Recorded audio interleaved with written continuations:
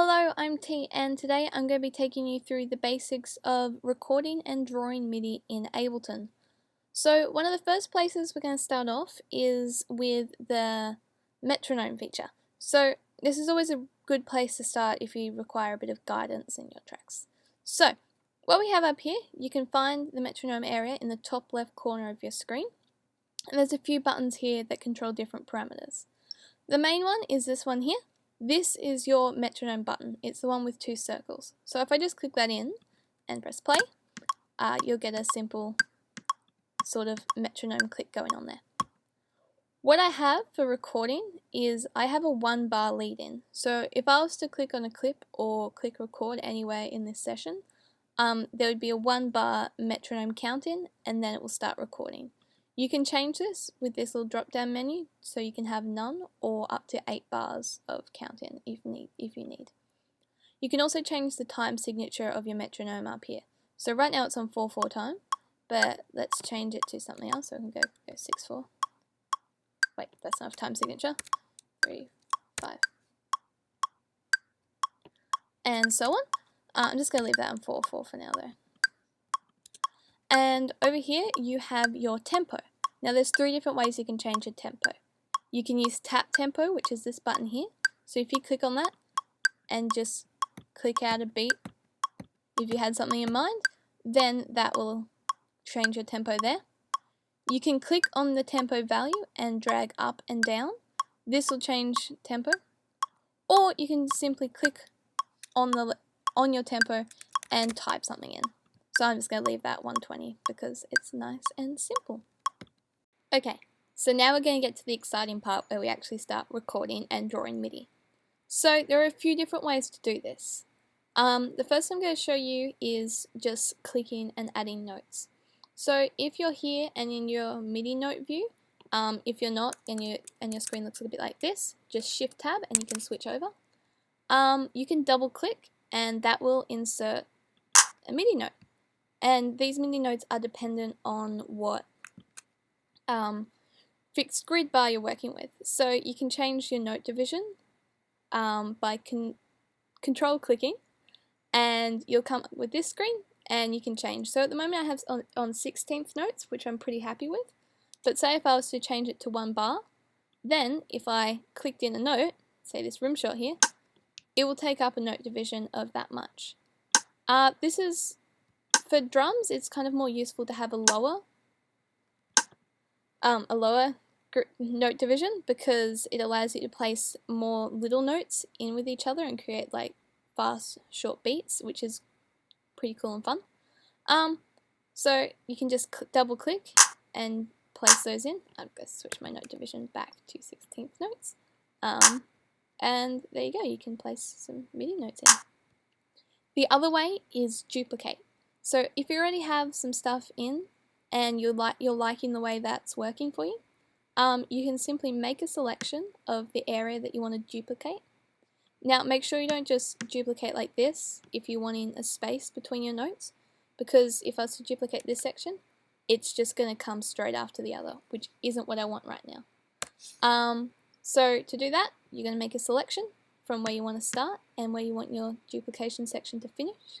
And then you're going to press Command D, and that will duplicate that over the whole space over, which is great and quick and easy if you're wanting to just do some short little sections really fast. Alright, so let's have a listen to that. Gotta press play first.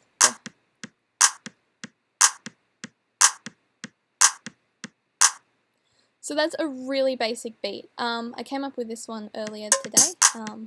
It's a bit fun, but it's also utterly terrible because I have no music composition skills. There's one other way to record MIDI as well.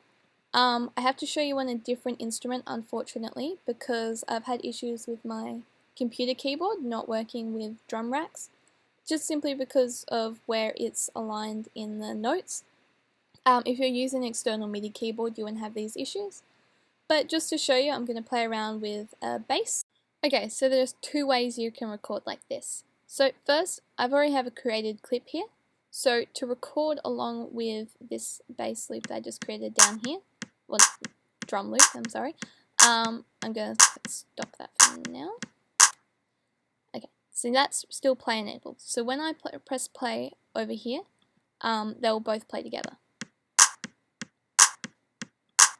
Like that. But what I want to do here is I want to do an overdub recording, a MIDI overdub recording.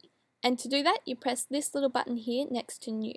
Not the full in record button. That records to arrangement view that's on the next page. You want to record with this to do your MIDI overdubs. So if I press that, and I'll get 1 bar intro, and then I can use my keyboard to type along to the song. And to stop, you can press spacebar or stop. You have to make sure that track's record enabled for this to work. So you can have a listen to those two playing together. It doesn't sound like anything particularly nice, but that's the way you do it.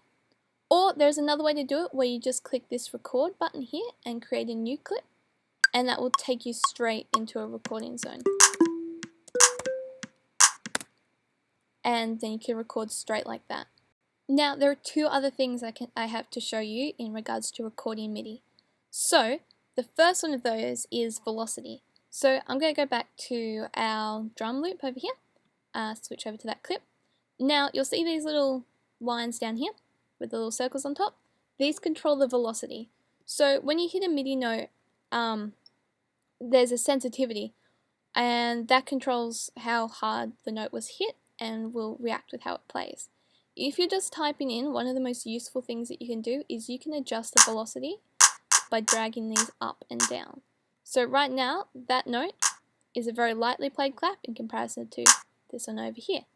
And I might drag this one down as well. You can do this either individually or as groups. So you can select the notes that you want to work with, and then you can drag them all together and they'll work together like that if you want to keep relative levels with things. That's how velocity works in relation to that. Or if you're using, I think keyboard does it, but an external MIDI controller, depending on how hard you hit the note, will depend on how loud it will appear here. But even then, with these ones I typed, I can still adjust the velocity right here and adjust how loud that is. Or not so much loud, the intensity of it being played. And the last thing I'm going to show you is duplicate loop. So that can be found in your notes menu here. So if you just go down to the bottom left corner, you'll find clips and notes. You can have there's a selection of a few other options you can have here, but I won't go into those now. Notes, and then you're going to go duplicate loop. So what this is going to do is it's going to take the loop that you had just created, however many bars it was, and it's just going to create a copy of that. It's the same as duplicating notes, but it'll just do it for your entire loop. I think that's pretty much all I have to tell you about recording MIDI and drawing MIDI into Ableton today. So thanks for listening.